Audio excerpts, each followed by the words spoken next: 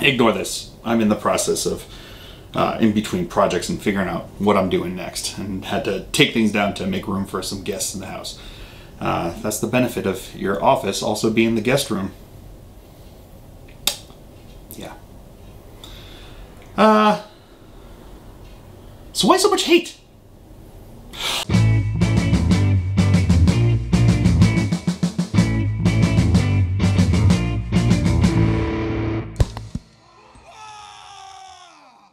Welcome, ladies and gentlemen, to another Glacial Geek video. I'm Phil, the Glacial Geek, coming to you here from my lair, where I am going to talk to you about something that kind of gets to me on a pretty daily basis, honestly. Being a content creator on the internet, I see a lot of hate directed at me, directed at the companies that produce the things that we work with, directed at other players, directed at what they see as attacking themselves, everything. There's a lot of hate, and I know that the answer is it's the internet, and that's very true. But why specifically so much hate in our community? It's hard to really understand why, to be honest. There's lots of different types of hate. There's hates about the company, about what they think about their players, what they do for us, what they don't do for us, what they care about us, what they don't care about us, what other players should and should not be doing in the hobby, how they do the hobby, how they play with their toys and how they should play with their toys, what game systems are right, what rules are wrong, what content creators are right, what content creators are wrong, who's to blame for all of this, female space marines, all of it causes so much hate, and I don't understand why. Now, I get that this is an expensive hobby. There's a lot of money that goes into paints, into the toys, the rules, all of it. It's expensive. But it's not as expensive as a lot of hobbies out there. If any of you are yourself or know anyone who is a car guy, they will tell you how much more expensive that is. That's not even talking about the price of gas. I'm just talking about the price of cars themselves and their parts and all of the work that goes into it. They're not cheap. And when they go wrong, they go horribly, horribly wrong. And that hobby is 1,000 times more expensive than the hobby that we do. Possibly even literally. You look at boating or any other kind of recreational thing that's out there, you're talking about costs in the multiple thousands of dollars. And don't get me wrong, in everything that I've collected for this in order to put out a channel, put out what I'm doing, it has costed quite a bit of money over the years. I wasn't always a content producer. Most of these models that you see that are built and painted behind you were purchased by myself. And I know that I'm in a privileged position where I am able to afford this hobby without it really impacting my ability to pay the bills. And quite frankly, the channel does not make quite as much money as I think anyone ever thinks that a YouTube channel does.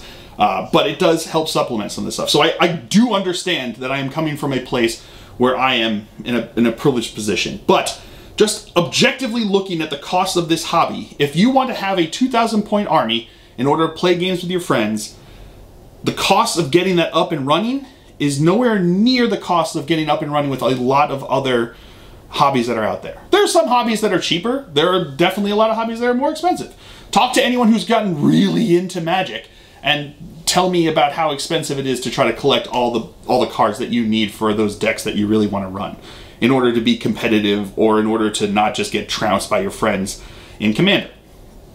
It can be very expensive, and hobbies in and of themselves are just generally expensive, and the idea is that you spend your disposable income, as if any money is disposable, but your money that is not meant to keep you alive and keep you from dying, that is the money that you're supposed to spend on a hobby.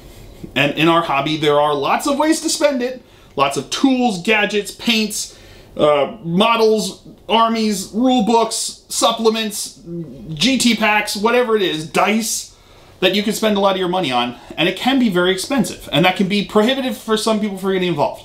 But I don't hear the same kind of anger go out there for like Wizards of the Coast, that Magic cards are now are prohibitively expensive and that they should give out cards for free to the people so that they can play with them. I don't see people telling Chrysler that they should give out their cars for a discounted price because it's too expensive for them to buy a car.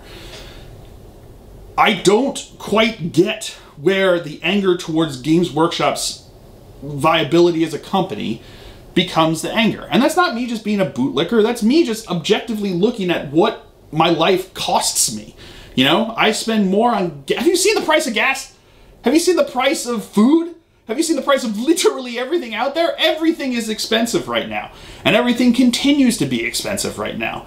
And I understand not wanting to spend more money than you have to. You know, I'm very often buying the store brand food at the shelves, even though my wife likes the name brand, because it's cheaper.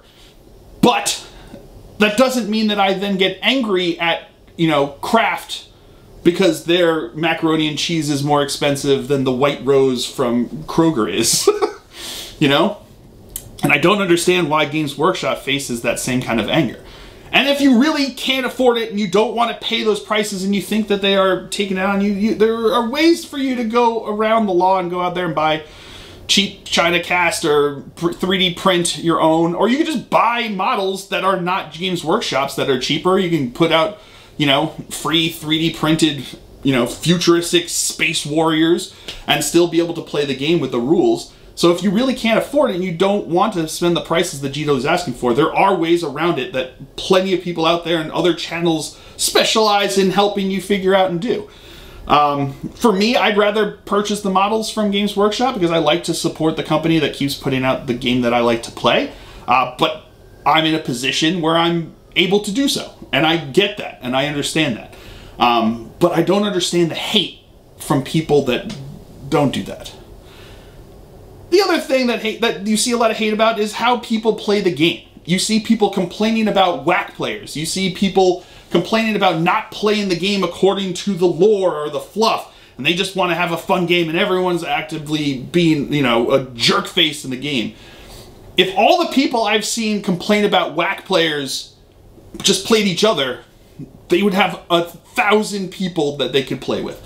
I see so many people complaining about tournament players and whack players and all this different stuff, when in fact most of the lion's share of the tournament players, the players who are playing competitively, going to the big tournaments, going to a tournament every weekend to hone their skills, they're playing just the first 2 rounds so they can get their initial game ready so that when they go in and do a tournament, they know what they're doing.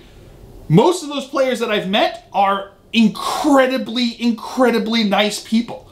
Very warm, very welcoming, willing to talk to you about anything. During the games, they are having a good time while they're playing you because most of the time they don't have anything to prove. The times I've had the most trouble with players is people that are just trying to do what they think the competitive players are doing. And that's not the way the real competitors players are doing. And if you're going to a big tournament, you're going to an LVO, you're going to an Adepticon championship tournament, understand that there are people there that are really trying to win. So if someone is going to play the rules and play the game as closely as they can, that's because that's what they're looking to do. And if that's not what you're looking to do, then understand where that's coming from. And also understand that if you lose a couple games in a tournament, you're going to end up in the realm of other players who are going to be playing like you, that aren't bringing the latest hotness, that aren't coming from having practiced with the same list 1,000 times. And you will find players that are going to be like you. And you might luck into them early on in the rounds, you might not, but you will eventually be playing against them because that's just the way that the system stratifies the players. And that's how you get it. So when I go and play at LVO, I have no intention of winning LVO. I will try my hardest. I will make a list that I think is good. I will hopefully practice with it if I can, if I'm not building it the last night like I was this year. And I will go in with a game plan to try to win. But at the end of the day, I know that I am not John Lennon. I am not Richard Siegler. I am not Scary. You know, I'm not these great tournament players that are going out there and winning tournaments because That to them is how they play it. That's their mindset. They know what they're doing. They know how to play it, and that is not me. I go to have fun and play a whole bunch of games in a weekend and meet a whole bunch of cool nerds that I can have something in common with. And I find that when I go to these tournaments. I have a blast when I go to these tournaments and play the games. I've had a handful of games at tournaments that were not fun to play with, but they are a far, far, far, far, far more minuscule number than the games that I've played that I've absolutely loved and had a great time with my opponents. Because most of the players there are looking to have a good time. So even if they're trying to win, they're still looking to have a good time. And that's what it comes down to, is that kind of mentality. But a lot of people cry and scream and rail against the whack players, the tournament competitive players that are ruining the hobby. And they do not get to tell you how to play your game. They don't get to tell you what you should do. They don't get to tell you that you can't bring 1,000 Reavers in a list because you want to and think it looks cool to have a whole bunch of skull faces. They don't get to tell you that you can't bring just a whole bunch of chimeras with troops in them because it would be fun to just like represent just a wave of the unwashed militarum masses just wailing into the forces. They don't get to tell you how to play the game. And if your anger is at other people playing the game differently than how you play it and differently than what you want, then what's the point of being angry about that? What does it serve you? How does it make your gameplay any better? And I get that you don't want to see the emphasis that GW has put into competitive play now, but for many, many editions before this edition, competitive play was ignored. And I know a lot of people say this shouldn't be a competitive game, but it is. And any time that you get a game, people will be competitive with it. Because that's just the nature of competition, is that you want to have a competitive system. So back in the day, competitive players put together their own FAQs and just agreed to use that FAQ. That's how the ITC came about, was through that. So if you don't want to use the GT pack, then don't use the GT pack. I've had a ton of fun with the Tempest of War pack that GW put out that is not really a competitive way of playing the game. Because it's so super random that you can't just plan it ahead and figure out what you're doing. You have to kind of react to what's happening on the battlefield, and a lot of people, myself included, really like that change. I liked Maelstrom back in 7th. I like the Maelstrom of War, the Tempest of War pack that they have now. It makes for a very fun, random, very fun game, and you don't have to worry about tweaking of secondaries. You don't have to worry if the secondaries have changed. It's all written down on those cards, and they're not FAQing the cards because it's not a competitive game. If you want to play a lore-driven narrative game, then pick up a Crusade pack. GW has put out a whole ton of those. They've put out way more Crusade books than they have GT packs at this point in 9th edition that are entirely narrative and narratively driven. They're not match play games. I guess you could play match play games in your Crusade game. It doesn't matter. That's your choice what you want to do with them. But it's entirely narrative where they built it up. How you develop your force and it keeps building and you playing. I've heard a lot of people really love Crusade and really love the way the system works for them. So give it a shot. Instead of getting angry at other people playing the game differently than you, find the way that you want to play. And play that. Instead of getting angry at other people buying 1,000 armies, because they have a channel or they just have a lot of money, find the army that you like to build and keep up with it the way that you can. I still have a land speeder from like 2nd edition that still works. So your investment that you make now is going to stick around. You know? Like, ask anybody, and I have not done anything to it once it was painted. It stayed the same. I haven't even stripped it and repainted. It's the same green paint from Craft Paint, Apple Barrel or whatever that I had from like Michael's, still on there and works fine for me. And ask anybody in any other hobby if they can still use the same things untouched, unfixed, unchanged from like 2 decades ago. And they're probably going to say no. If you want to play the new edition, you do have to buy new books, and that is something that I know I'm not going to say just play an old edition. I mean, you can if you really don't want to buy new books. But at the end of the day, if you're talking about buying a main rule book and a codex, which is really all you need unless you are one of the Space Marines that needs the codex plus the codex supplement, you're looking at about $100 every 2-3 years, 4 years maybe, sometimes when they get to the new codexes. You're talking about $100 every 4 years that you have to pay to keep up with the rules. Because the FAQs they put out are free, the balanced data sheets are free, the GT packs are only if you're going to tournaments. You can play an absolutely great game of 40K, match play, competitive, with just the main rulebook and your codexes. Absolutely. You absolutely can. If you want to add in the free FAQs, you want to add in the free balanced data sheets, the changes to the points, they're free now. And you can play with them if you want.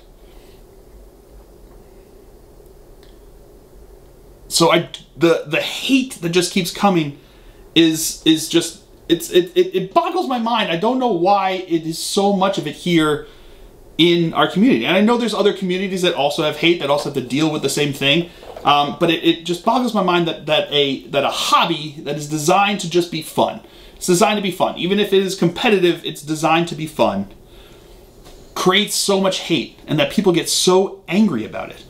And the way things want to change and the way they want to do things differently. If someone wants to make their Space Marines gold, and you know, I don't understand why people get angry about it, you know, and call them Space Wolves, but there's painted gold and they've got, I don't know, trimmed their hair and have clean shaven faces, but they still want to run them as Space Wolves because they just didn't like the look of the Space Wolves.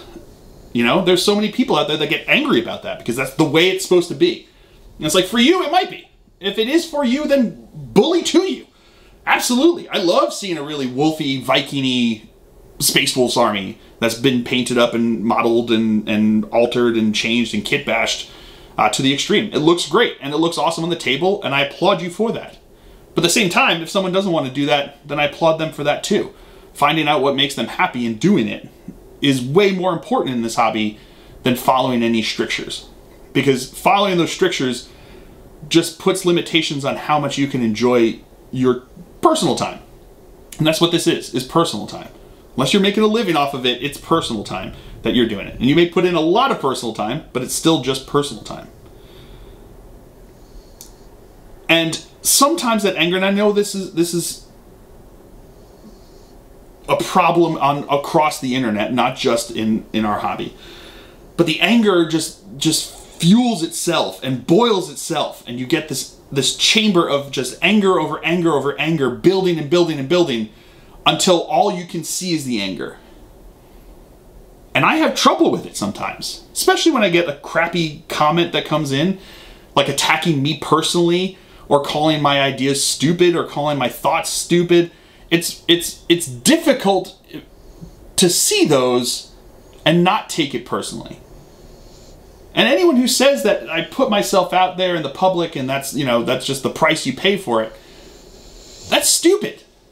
I shouldn't have to pay that price. I shouldn't have to be attacked by other people that I don't know because they disagree with me. And I know that that's what the internet has become, but it's not what the internet should be. The beauty that the internet can be is allowing us to revel in the things we like together, and finding community, and finding a way to put out what we create, and put out what we have done and what we love.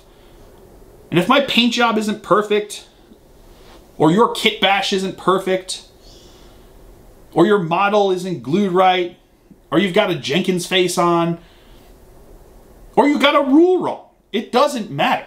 At the end of the day, what we are doing is we are trying to enjoy ourselves in a world that's quite a dumpster fire right now.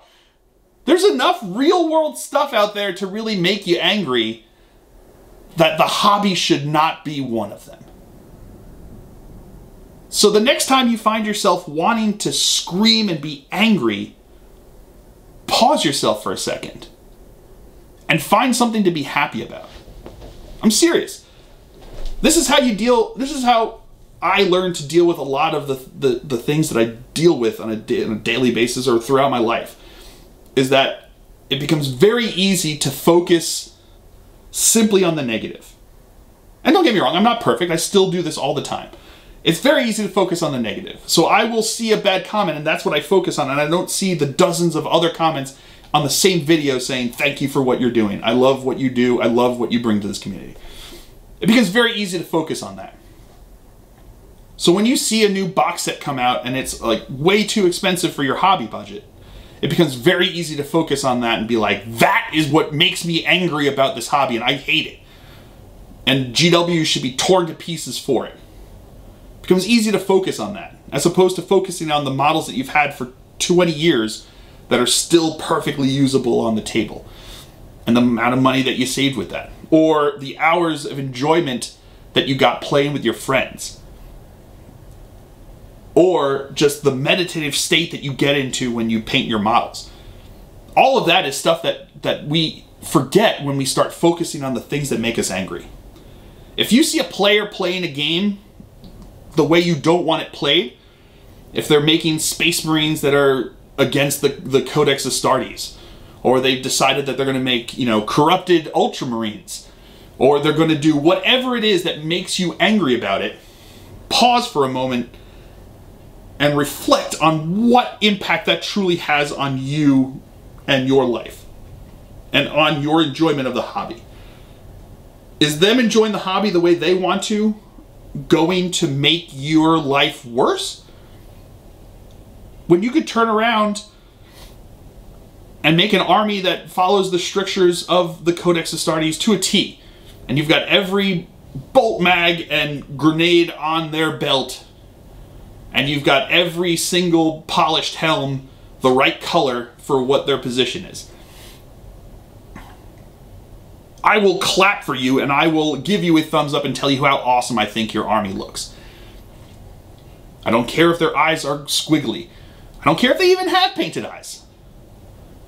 I don't care if you put down the primer streaky. I don't care if your metallics are not quite metallic-y enough.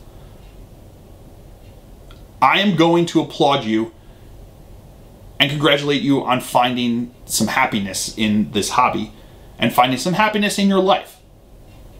Because at the end of the day, what I truly want is for every single one of us to find joy and happiness in this hobby.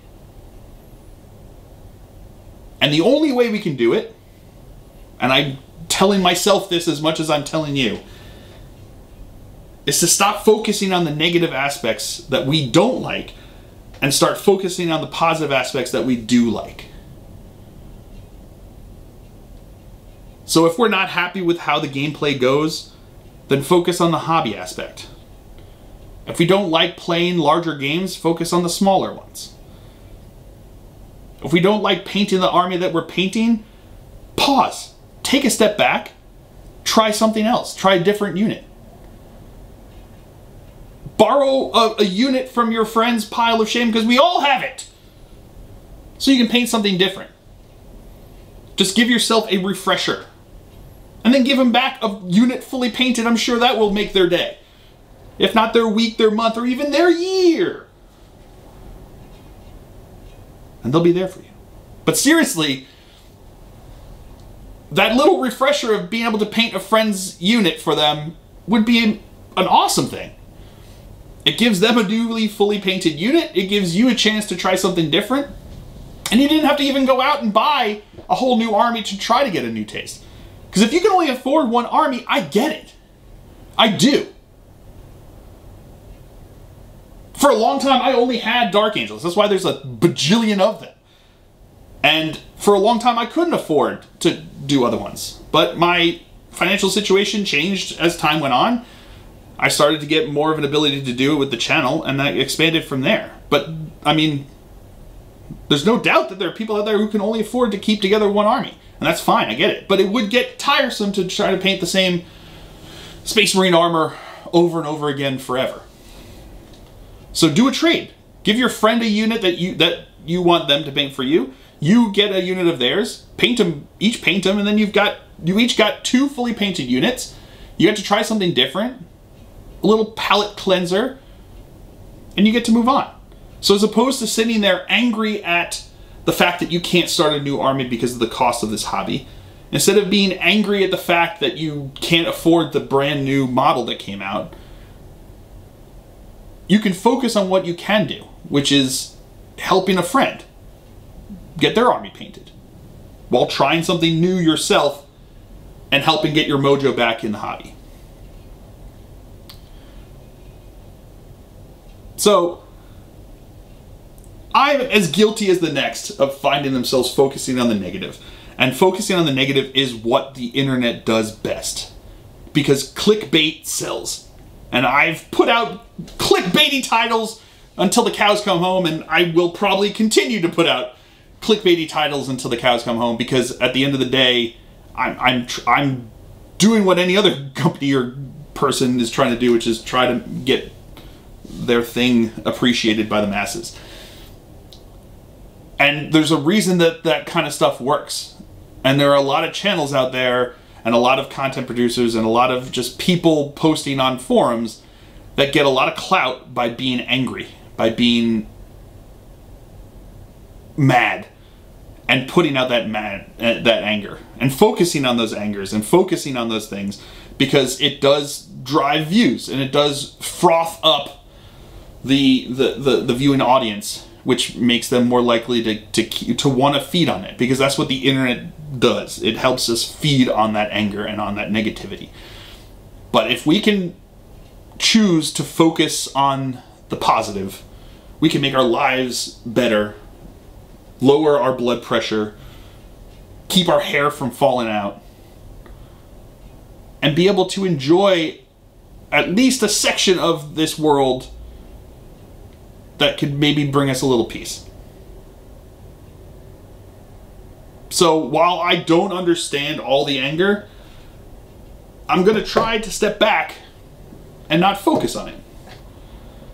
So if I don't respond to a comment that was angry or was attacking me, understand why.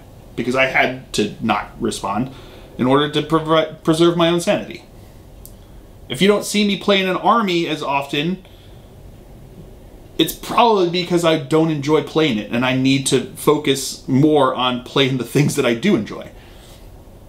If you don't see me playing a game type or playing a deployment zone as often, the diagonal deployment zone just frustrates me every time. But if you don't see it happen, it's probably because I'm choosing to focus on what I want to do. So if I play a small point game, if I play units that are not the hot meta, if I'm playing armies that are not the hot meta, if I put together an army that's not optimal, or if I put together an army that is optimal, it's because it's what I wanted to do. And it's the realization that I need to focus on what makes me happy before I can put out content that's going to hopefully make you guys happy. And the same thing has happened with you as well. That you need to focus on what's going to make you happy before you can put out positive energy to make other people happy. And if we all focus on being happy, and we then focus that positive energy into putting out more positive energy, well, I think our community is going to be a better place to exist. Do I think this video will end all anger? No. Do I think it's going to end my anger? No. Do I think it's going to necessarily end your anger? No. But a little self-awareness goes a long way in this world, in literally everything we do. And maybe if I can provide myself and you with a little bit more perspective and a little bit of an examined life when it comes to this aspect of it, perhaps we can make small changes to make the bigger changes that we want. So, I hope you all enjoyed this. I know it's a bit weird and a little bit rambly, but it's something that I've been facing, you know, to greater or lesser extents pretty much forever. But especially recently, I've been having a hard time seeing it, you know? I realized that I was focusing on that negativity. And my camera said it was recording too long and stopped. I'm not sure where it stopped.